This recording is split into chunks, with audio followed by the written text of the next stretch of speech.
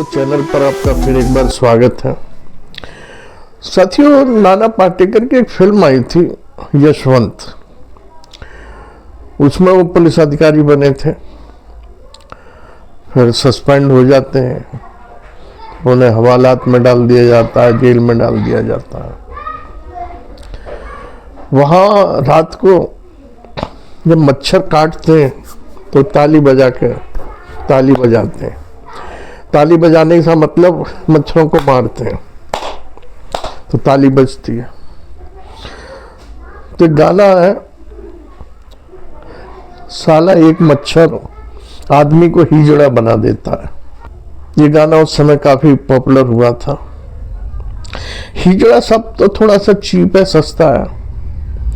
मैं तो कहता हूं कि हिजड़ों की शब्द इस्तेमाल ना करके जो किन्नर शब्द है उसे इस्तेमाल करें तो अच्छा है। दूसरा ये है कि साला एक मच्छर आदमी को हिजड़ा बना देता है। ये किन्नरों की तौहीन है एक तरीके से, क्योंकि हिजड़ा जो शब्द है या किन्नर जो है वो किसी का बुरा नहीं चाहते, बल्कि ऐसे ऐसे किन्नर भी हैं जो दूसरों के बच्चों को पालते हैं। किन्नर जाति या थर्ड जेंडर जिन्हें हम लोग कहते हैं, शादी ब्याह होता है, जन्म होता है लड़की का या लड़के का, किसी परिवार में खुशी का उत्सव होता है तो यहाँ ये लोग आते हैं, नाचते हैं, गाते हैं, खुशियों में शामिल होते हैं, दुआएं देते हैं, और जो भी खुशी खुशी नेक इन्हें दिया जाता है वो ये लेके अपना चले जाते हैं, अपना जीवन यापन करते हैं। कहीं कहीं कुछ अपवाद ऐसे हो जाते हैं कि यहाँ वहाँ ये लोग जबरदस्ती कुछ ज़्यादा मांग बैठते हैं, वहाँ वो दिया नहीं जाता तो लड़ाई झगड़ा भी हो जाता है। लेकिन कुछ इसमें आर्टिफिशियल जेंडर भी जुड़ गए, जो बनाए गए हैं, जो किन्नर बनाए गए हैं वो भी अब जुड़ गए हैं, तो वो ज़्यादा इसमें मक्कारी करते हैं इस लाइन में। खैर, बात हम किन्नरों की कर रहे हैं, मच्छरों की कर रहे हैं। तो मच्छर तो पहले भी थे, आज भी हैं। मच्छरों ने जो आदमियों को काटा है, मैं तो समझता हूं कि वो आदमी अब आदमी न बन के, हिजड़ा न बन के, किन्नर न बन के मच्छर बन गए। वो खुद अपने लोगों को काट रहे हैं। इंसानी रूप में आदमी खुद अपने लोगों को काट रहे हैं, रिश्तों को काट रहे हैं, अपनों की बलि चढ़ा रहे हैं, अपनों को जीने नहीं दे रहे, किसी भी स्तर पर जीने नहीं दे रहे, खुशियां छीन रहे हैं अपनों की। आदमी हिजड़ा नहीं बना है, किन्नर नहीं बना है मच्छर काटने से, बल्कि वो खुद मच्छर बन गया है, और मच्छर बन का है आदमी के भेष में। मच्छर की आत्मा आ गई है आदमियों के अंदर, और वो आत्मा जो आ गई है वो घर परिवार की खुशियां छीन रहे हैं। आज कोई भी अखबार उठाकर देख लो आप, प्रतिदिन कहीं ना कहीं इस तरह की खबरें हमें पढ़ने को मिल जाती हैं, आपको पढ़ने को मिल जाती हैं कि बेटे ने जायदाद के पीछे माँ बाप को मार दिया, भाई ने भाई को मार दिया, बहन ने भाई को मार दिया, भाई ने बहन को मार दिया। कारण कुछ भी हो सकता है, जमीन का, जायदाद का, पैसे का, लेन देन का, प्यार का, मोहब्बत का। जमीन, जर चोरू जमीन, ये तीन ही शब्द ऐसे हैं, तीन ही कारण हैं जिनके पीछे लड़ाइयाँ होती हैं, मारकाट होती है और लड़ाई झगड़े होते हैं। काश साथियों, हम लोग, आप सभी, मैं तो उन नौजवानों से भी कहना चाहूँगा, उन व्यक्तियों से भी कहना चाहूँगा जो इस मनोवृत्ति के साथ जी रहे हैं कि किस तरह हम दूसरों की दौलत को हड़प लें। क्यों ये मनोवृत्ति हमने पाल रखी है? कहाँ ले जाएंगे हम लोग दूसरों की हड़पी हुई धन दौलत को, दूसरों को धोखा देकर, अपनों का खून बहाकर जो हम हासिल करते हैं, कहाँ ले जाएंगे?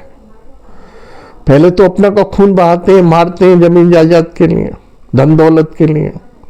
पति पत्नी को मार देता है, दहेज हत्या भी लग जाती है, कुछ झूठे आरोप भी महिलाएं लगाती हैं।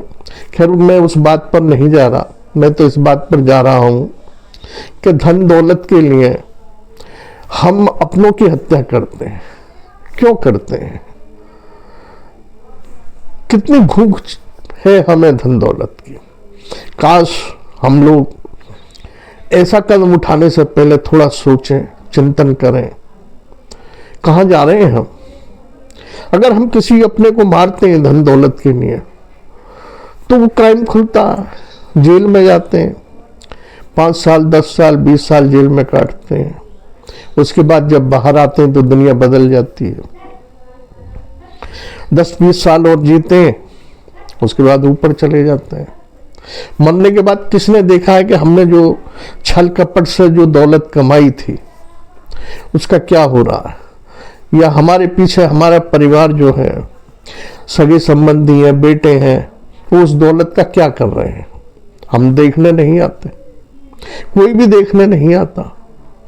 फिर भी उसके बाद भी क्यों इस तरह की मनोवृत्ति बढ़ती जा रही है।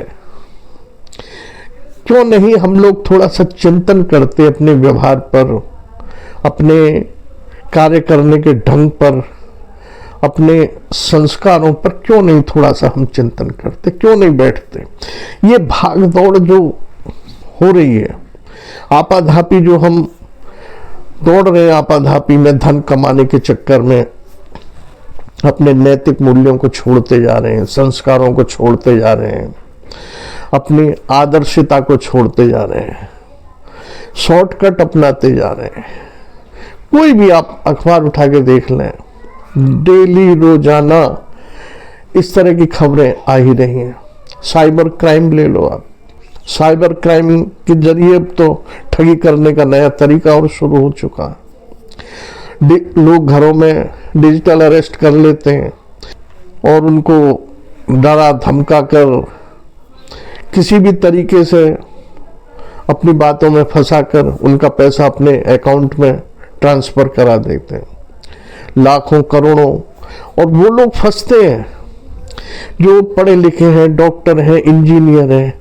क्यों उनका अंदर से इतने कमजोर हो गए हैं कि वो सामने वाला फोन कर रहा है, व्हाट्सएप पे फोन कर रहा है, अपने आप को पुलिस अधिकारी बता रहा है या जज बता रहा है या सीबीआई का अधिकारी बता रहा है, उसकी बातों से डर कर क्यों हम अपना पैसा उसके खातों में ट्रांसफर कर रहे हैं। क्यों हम इतने कमजोर हो गए हैं, हमारी विल पावर क्यों इतनी कमजोर हो गई है। आखिर कुछ ना कुछ तो कमी हम में है, तभी तो हम कमजोर हो गए। और कमजोर हो गए तो हम सामने वाले ठक्की बातों में आते जा रहे हैं, उसके कहे अनुसार, बताए अनुसार उसके अकाउंट में पैसा ट्रांसफर करे जा रहे हैं। और जब हमें होश आता है तब हम पुलिस की शरण में जाते हैं। ये साइबर क्राइम जो बढ़ता जा रहा है, दिन पे दिन बढ़ रहा है, सरकार भी सजग कर रही है और सामाजिक संस्थाएं भी सजग कर रही हैं। वो कहती हैं कि भाई थोड़ा सोचो, इस तरह का कोई फोन आता है तो थोड़ा सोचो समझो, उसके बाद आप कुछ प्रतिक्रिया दो, डरो मत। कोई आपको कैमरे के द्वारा, मोबाइल के द्वारा नजरबंद करता है, व्हाट्सएप पे इस तरह के कॉल आते हैं, तो बिल्कुल मत डरिए। लेकिन मेरा कहने का मतलब ये है कि जो पढ़े लिखे लोग हैं, इंजीनियर, डॉक्टर, प्रोफेसर, रिटायर्ड जज, पुलिस अधिकारी, इनकी ये लोग शिकार हैं इस चीज के। पढ़े लिखे, डिग्री, शिकार क्यों है? क्यों इनका मनोबल, इनकी जो इच्छा शक्ति है क्यों इतनी कमजोर हो गई कि सामने वाले की बातों में डर गए? क्या कहीं कुछ आपने गलत किया है पीछे जो डर गए? क्यों? कहीं ना कहीं कुछ कमी है। अगर गलत नहीं किया तो डरते क्यों? अगर डर है तो उस डर को निकालिए, आप थोड़ा सा चिंतन करिए, मनन करिए, ईश्वर के नाम का सुमरन करिए, अपनी जो विल पावर है, इच्छा शक्ति है, अपना जो मनोबल है उसको बढ़ाएं। मेरा तो ये निवेदन है आप सबसे हाथ जोड़ के कि हम मच्छर ना बने, हमें कोई दूसरा काटे, हजम कर जाए, हमारी मेहनत की कमाई हुई धन दौलत को, पैसे को दूसरे हड़प लें, चंद घंटों में पैसा ट्रांसफर कर लेते हैं। आखिर क्यों? क्योंकि हम कमजोर हैं, हमारा जो नैतिक पतन इतना हो चुका है कि हमारे अंदर की जो विल पावर, इच्छा शक्ति है, जो मनोबल है, वो नहीं रहा। तभी तो हम डर जाते हैं और सामने वाले की बातों से कांप जाते हैं। कहीं कुछ ऐसा हमारे अतीत में हो गया है, शायद सोचते हैं कि वो लिंक यहाँ तो न जुड़ गया। फिर भी मेरी तो आप सबसे यही निवेदन है, यही प्रार्थना है कि आप थोड़ा सा सभी से अपने लिए समय निकालिए। परिवार के लिए तो आप निकाल रहे हैं, धन दौलत कमा रहे हैं, भागा दौड़ी कर रहे हैं, रात दिन अपनी खुशियों का गला घोट रहे हैं, अपने लिए नहीं जी रहे हैं आप। अपने लिए जिए पिए, प्लीज कृपया अपने लिए भी जीना सीखिए। अपने लिए जीने से मतलब खुशी मनाइए, थोड़ा सा एकांत में बैठिए, चिंतन करिए, मनन करिए। क्या जिंदगी जी रहे हैं? क्या कोलू का बैल बन गए हम? सुबह इतने बजे उठेंगे, वहाँ जाएंगे, ये करेंगे, खेत में जाएंगे, ऑफिस में जाएंगे, वहाँ से ये ड्यूटी करेंगे, शाम को आएंगे, यार दोस्तों में बैठेंगे, फिर बीवी के पास बैठेंगे, टीवी देखेंगे, खाना खाएंगे या दारू पिएंगे और फिर सो जाएंगे। क्या ये कोलू का बैल एक चक्र? सिर्फ इसी में भगवान ने जो हमें ये जिंदगी दी है, क्या हासिल कर रहे हैं हम? मेरी तो आप सबसे ये निवेदन है, आप खुद बहुत बड़े ज्ञानी हैं, हर इंसान ज्ञानी है। मैं तो आप सबसे हाथ जोड़ के निवेदन कर रहा हूं कि थोड़ा सा अपने लिए समय निकालिए, बैठिए, चिंतन करिए, एकांत में बैठिए, थोड़ा सोचिए कि प्रभु ने जो ये हमें जीवन दिया है, परमात्मा ने जो हमें ये जिंदगी दी है, किस लिए है? कोलू के बैल बनने के लिए तो नहीं दी। कुछ हम अपने आप को पहचाने, अपनी आत्मा को जगाएं। आत्मा तो जगी हुई है, लेकिन उस पर जो मैल पड़ गया, बुरी सोच का, बुरे कर्मों का, बुरे आचरण का, कुछ संस्कारों का, जो उस पर मैल की परत जम गई है, उसको हम आत्मचिंतन से धोएं, साफ करें, तो हमारा मनोबल बढ़ेगा, इच्छा शक्ति बढ़ेगी, और फिर दुनिया में किसी की ताकत नहीं है जो हमें डरा दे और धमका कर हमारी मेहनत की कमाई को ले जाए। इसी के साथ साथियों, आपने वीडियो देखी, सुनी, इसके लिए धन्यवाद, आभार।